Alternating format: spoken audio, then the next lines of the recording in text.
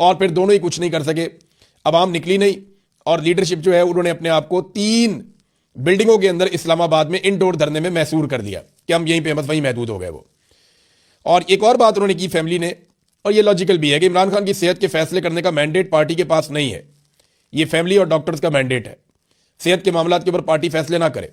ہم شفا انٹرنیشنل اس لیے کہہ رہے ہیں کیونکہ ہمیں پتہ چل گیا تھا کہ ایجنسی کے بندے ڈاکٹر کے پاس پہنچ گئے ہیں اور ان پر دباؤ ڈال رہے ہیں. لیکن وہی بات ہے جو علیمہ خانم نے کہی, جو تھوڑی دیر پہلے میں نے آپ کو بتائی, کہ وہ باقاعدہ ایجنسیاں اپنے کنٹرول میں چاہتی ہیں ہر چیز کو.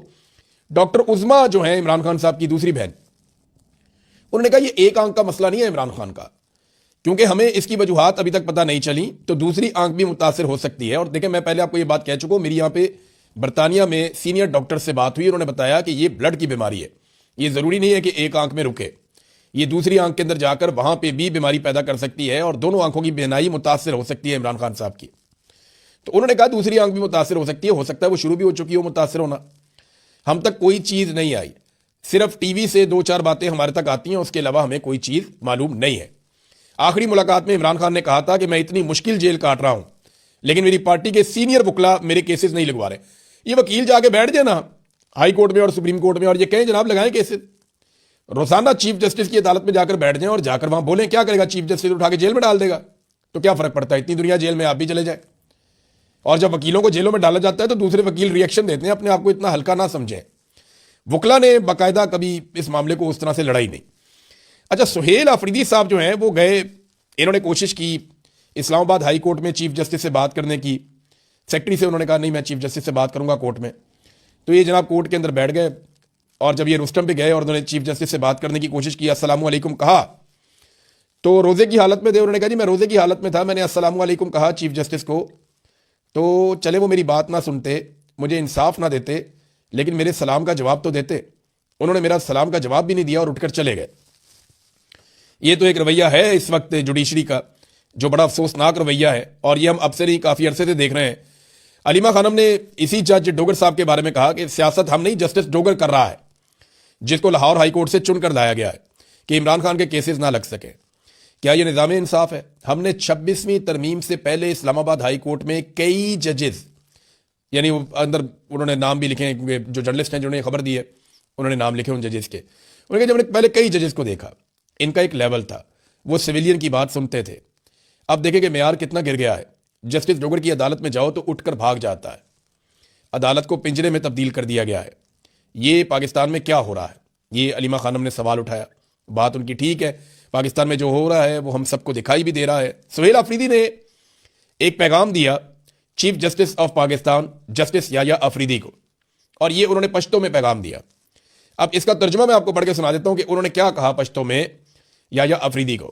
انہوں نے کہا آپ بھی آفریدی ہیں اور میں بھی. میں اپنی ذات کے لیے نہیں, 4 کروڑ 50 لاکھ لوگوں کے لیے نہیں, بلکہ پورے 25 کروڑ عوام کے لیے آیا ہوں جو دیکھ رہے ہیں کہ ملک میں کیا چل رہا ہے. 90% لوگ عمران خان کی صحت کے حوالے سے تشویش اور غم و غصے کا اظہار کر رہے ہیں. عمران خان کا علاج اپنی مرضی کے مطابق ہونا ان کا آئینی اور انسانی حق ہے. ان کی بہنیں روز آتی جاتی ہیں کہ ان کی موجودگی میں عمران خان کا علاج ہو سکے, لیکن بدقسمتی سے ان کو وہ حق نہیں مل رہا. میں بحیثیت ایک آفریدی اور بطور اس صوبے کے وزیر اعلیٰ جہاں سے آپ کا بھی تعلق ہے, آفریدی قبیلے کی روایات بھی ہیں کہ جب کوئی اس کے دروازے پر آتا ہے تو خالی ہاتھ جانے نہیں دیا جاتا. اس لیے میں آپ کے دروازے پر آیا ہوں اور مجھے امید ہے کہ آپ ہمیں اور عمران خان کو انصاف دیں گے. وزیر اعلیٰ خیبر پختونخوا. جذباتی کرنے کی بھی کوشش کی کہ جناب آپ آفریدی ہیں, چلو پٹھانوں والی غیرت ہی آپ جگا لیں, ہم آپ کے دروازے پہ بار بار انصاف کے لیے آتے ہیں تو آپ ہمیں انصاف دیں. بھائی انصاف جو خود آدمی نا انصافی کے ساتھ آیا ہو. 26ویں آئینی ترمیم کے بعد ایک جج کا حق مار کے justice Yahya Afridi chief justice of Pakistan بنے, اور پھر ان کے بننے کے بعد انہوں نے ایک ہومیوپیتھک عدالت میں تبدیل کر دیا اس سپریم کورٹ آف پاکستان کو. تو اب وہ کیا انصاف دیں گے؟ یعنی وہ خود کمپرومائز ہو کر آئے ہوئے ایسا دکھائی دے رہا ہے, اور اسٹیبلشمنٹ ہی ساری چیزوں کو کنٹرول کر رہی ہے. بہرحال سہیل آفریدی صاحب کو اب تو نہ سپریم کورٹ سے اور نہ ہائی کورٹ سے انصاف ملا ہے. دیکھنا یہ ہے کہ انصاف کے لیے یہ کس نہج تک جاتے ہیں اور کتنا زور لگاتے ہیں, کیونکہ انصاف لینے کے لیے وہ کہہ چکے ہیں کہ گھی سیدھی انگلی سے نہیں نکل رہا, انگلی ٹیڑھی کرنی پڑے گی. اور ساتھ میں انہوں نے عمران خان رہائی امن فورس کا اعلان بھی کیا تھا. اس کے اوپر پاکستان تحریک انصاف کے اندر ہی بندے چھوڑ دیے گئے. تحریک انصاف کے اندر دیکھیں بہت سارے لوگوں کے دماغ میں اب یہ سوچ پیدا ہو چکی ہے جو علی امین گنڈا پور کے دماغ میں سب سے پہلے آئی تھی کہ عمران خان کسی احتجاج کے نتیجے میں نہیں، عوامی دباؤ کے نتیجے میں نہیں، بلکہ کسی ڈیل کے نتیجے میں باہر آئے گا۔ یہ علی امین گنڈا پور نے کہا تھا جون 2024 میں، تو ان کے دماغ میں تو پہلے دن سے تھا، لیکن باقی لوگوں کو لگتا تھا کہ ہم احتجاج کریں گے، زور لگائیں گے تو عمران خان صاحب کے حوالے سے دباؤ بڑھے گا، عمران خان صاحب باہر آ جائیں گے۔ دیکھیں دباؤ بڑھے گا تو ان کو چھوڑنا پڑے گا۔ میں وجہ آپ کو بتاتا ہوں، معیشت ان سے آج بھی کنٹرول نہیں ہو رہی، دہشت گردی ان سے آج بھی کنٹرول نہیں ہو رہی، پاکستان لگاتار نیچے جا رہا ہے، سرمایہ کاری پاکستان میں آ نہیں رہی، ایک بد اعتمادی کی فضا ہے پاکستان میں، اور اس سے ملک نہیں چلتا ہوتا۔ یہ بد اعتمادی عمران خان صاحب کو نکالنے کے بعد شروع ہوئی تھی اور آج کے دن تک جاری ہے، اس میں اضافہ ہو رہا ہے، کمی نہیں ہو رہی۔ ہر طرح کا ظلم کر کے دیکھ لیا، سارے ہتھ کنڈے اپنا لیے، لیکن یہ پورا نظام عاصم منیر صاحب سمیت بند گلی میں چلا گیا ہے، اور یہ اپنے آپ کو پھنساتے چلے جا رہے ہیں۔ اس سے نکلنے کا ایک ہی راستہ ہے کہ یہ عمران خان سے بات کریں اور پاکستان میں سیاسی استحکام لے کر آئیں۔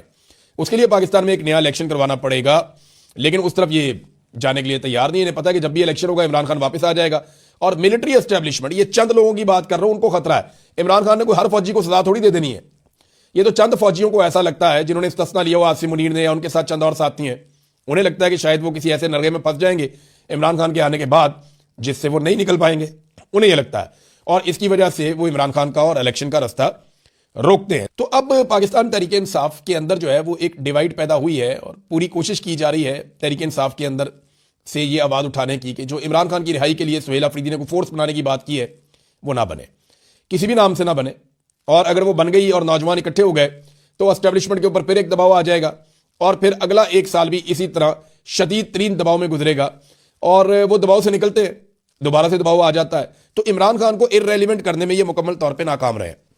اب جناب دو طرح کی خبریں ہمارے پاس، ایک حکومت کہتی ہے جی عمران خان صاحب کی آنکھ ٹھیک ہو رہی ہے، جو خبر آتی ہے عمران خان صاحب کے ذرائع سے وہ یہ کہتی ہے کہ آنکھ ٹھیک نہیں ہو رہی۔ عمران خان صاحب کی فیملی کہتی ہے وہ بالکل مطمئن نہیں ہے، حکومت کہتی ہے جی آپ اطمینان رکھیں سب ٹھیک ہو جائے گا۔ تو اس کا پتہ کیسے چلے گا؟ یہ کنفرمیشن تو صرف عمران خان صاحب کی فیملی دے سکتی ہے، یا ان کی پارٹی کے لوگ اگر عمران خان صاحب کو جا کر ملے، وہ لوگ جن پہ قوم بھروسہ بھی کرتی ہے، تو پھر پتہ چلے گا نا کہ عمران خان صاحب کی آنکھ کی حالت ہے کیا۔ تو آپ کو باہر انفارمیشن آ جائے گی کہ جناب آنکھ ان کی ٹھیک ہو رہی ہے یا نہیں ہو رہی، ان کی صحت کے معاملات کیا ہے۔ تو یہ اب چھپایا جا رہا ہے، معاملہ سامنے نہیں آنے دے رہے۔ شہباز شریف نے ناظرین ایک اعتراف کر لیا ہے۔ شہباز شریف نے کہا کہ جون 2023 میں پاکستان دیوالیہ ہو رہا تھا۔ دیکھیں جب ہم یہ خبریں دے رہے تھے نا 2023 میں، ہم یہ بتا رہے تھے کہ پاکستان دیوالیہ ہو رہا ہے، تو اس وقت ہمارے اوپر غداریوں کے اور بغاوتوں کے مقدمے درج ہو رہے تھے، ہمارے اوپر لگاتار مقدمے درج کر کے یہ کہا جا رہا تھا کہ یہ ملک کے دشمن ہے، اور ہم یہ بتا رہے تھے کہ پاکستان کی موجودہ رجیم نے اتنی تباہی پھیری ہے کہ ملک دیوالیہ ہو رہا ہے۔ شہباز شریف آج یہ نہیں کہہ سکتے کہ عمران خان کے دور حکومت میں پاکستان دیوالیہ ہو رہا تھا۔ عمران خان صاحب کی حکومت ختم ہوئی اپریل 2022 میں، یعنی اپریل کے دوسرے ہفتے میں 2022 میں عمران خان صاحب کی حکومت ختم ہو چکی تھی، اور شہباز شریف صاحب وزیر اعظم پاکستان بن چکے تھے، پی ڈی ایم کی سرکار لا کر انسٹال کی جا چکی تھی، امپورٹڈ حکومت۔ تو وہ 2022 میں حکومت آتی ہے شہباز شریف کی، تو شہباز شریف نے یہ نہیں کہا کہ عمران خان کے دور حکومت میں پاکستان دیوالیہ ہو رہا تھا، شہباز شریف نے کہا کہ جون 2023 میں پاکستان دیوالیہ ہو رہا تھا۔ بالکل درست بات کی۔ 1.25 سال انہوں نے محنت کی اور تباہی پھیری انہوں نے پاکستان کی معیشت کی، اس کے بعد پاکستان دیوالیہ ہو رہا تھا، اور اس وقت جب ہم نشاندہی کرتے تھے ہمارے پہ مقدمے ہوتے تھے۔ اور میں آپ کو یہ بتا دوں کہ آج بھی صورتحال وہی ہے، صورتحال اس سے مختلف نہیں ہے۔ انہوں نے صرف کیا یہ ہے کہ تمام بڑے بڑے ترقیاتی منصوبے بند کر دیے ہیں اور وہ پیسے روک لیے ہیں، عوام کو ملنے والی جتنی بھی سہولیات تھیں یا سبسڈیز تھیں وہ ساری ختم کر دی گئی ہیں، مہنگائی اور ٹیکسز جو ہیں وہ بڑھا دیے گئے ہیں، عام پاکستان سے جو ہر طرح کا ریلیف ہے وہ چھین لیا گیا ہے، بجلی اور گیس کے ہوش ربا بلز میں اضافہ کر دیا گیا ہے، اور پیٹرول پر 100 روپے تک فی لیٹر ٹیکس لگا دیا ہے۔ اب یہ سارا کچھ کر کے یہ بمشکل دیوالیہ سے بچے ہوئے ہیں، یہ پبلک کو ریلیف نہیں دے سکتے۔ جیسے یہ ترقیاتی منصوبوں کی طرف جائیں گے یا پبلک کو ریلیف دینے کی طرف جائیں گے، ویسے یہ دیوالیہ کر جائیں گے۔ تو معاملہ یہ ہے کہ ہر چیز کو پاکستان میں روک کر اگر آپ نے پاکستان کو دیوالیہ سے عارضی طور پہ اس طرح بچانا تھا تو پھر آپ کو حکومت میں کیوں لایا گیا؟ یہ تو فیصلہ اب عاصم منیر اور جنرل باجوہ سے پوچھا جائے کہ انہوں نے کیوں کیا پاکستان کے ساتھ اتنا بڑا ظلم کہ وہ ملک جو اچھا خاصا چل رہا تھا اس کو نہ صرف دیوالیہ کے دہانے پہ لے گئے بلکہ اب پورے ملک کو روک کر کہتے ہیں جی ہم نے دیوالیہ ہونے سے بچا لیا۔ اور حالات ان کے یہ ہیں کہ پاکستان میں انہوں نے اگر کنٹرول کیا نا کسی چیز کو تو صرف نیریٹو کو کنٹرول کیا، یعنی میڈیا کو کنٹرول کیا، سوشل میڈیا کو کنٹرول کرنا، میڈیا کو کنٹرول کرنا، یہی ان کی خواہش۔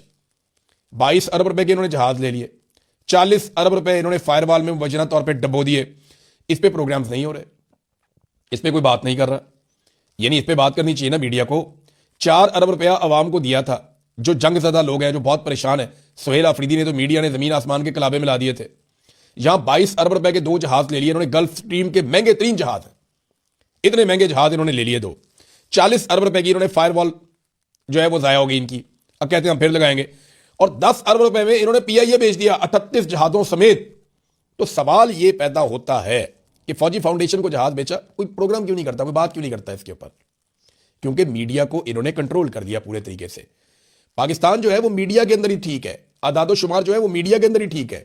عام آدمی کے سامنے آپ مائک کرتے ہیں تو وہ کہانی سناتا ہے کہ آپ پریشان ہو جاتے ہیں کہ عام آدمی کی زندگی انہوں نے اجیرن کر کے رکھ دی ہے. یہ ہے ناظرین حالات.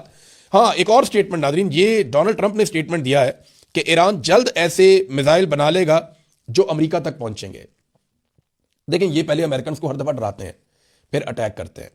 آپ کو یاد ہے جب اٹیک کیا تھا 2004 میں غالباً عراق کے اوپر امریکہ نے, اس وقت بش تھے, تو جب عراق کے اوپر اٹیک کیا تھا تب کہا گیا تھا کہ عراق میں ویپنز آف میس ڈسٹرکشن ہے, یعنی ایسے کیمیائی ہتھیار ہیں جو دنیا کو تباہ کر سکتے ہیں. تب یہ کہا گیا تھا نا کہ عراق کے اندر کیمیائی ہتھیار ہیں, ان کو تلف کرنے کے لیے ہم جا رہے ہیں. پورا عراق تباہ کر دیا, آج تک وہ ہتھیار یا ان کا کوئی سراغ ملا ہی نہیں. تو وہ جھوٹ تھا, بعد میں ثابت ہو گیا. اب ڈونلڈ ٹرمپ اپنی قوم کو ڈرا رہے ہیں کہ ایران جلد ایسے میزائل بنا لے گا جو امریکہ تک پہنچیں گے, لہذا امریکہ کے اوپر جو ہمارا حملہ ہے وہ بالکل جائز ہے. تو حملے کی جو پوری تیاریاں ہیں وہ ہو چکی ہیں. دیکھتے ہیں یہ کب حملہ کرتے ہیں اور اس کے اثرات کیا آتے ہیں اور ایران کس طرح کا جواب دیتا ہے. اب تک کے لیے اتنے, اپنا خیال رکھیے گا, اپنے چینل کا بھی. اللہ حافظ.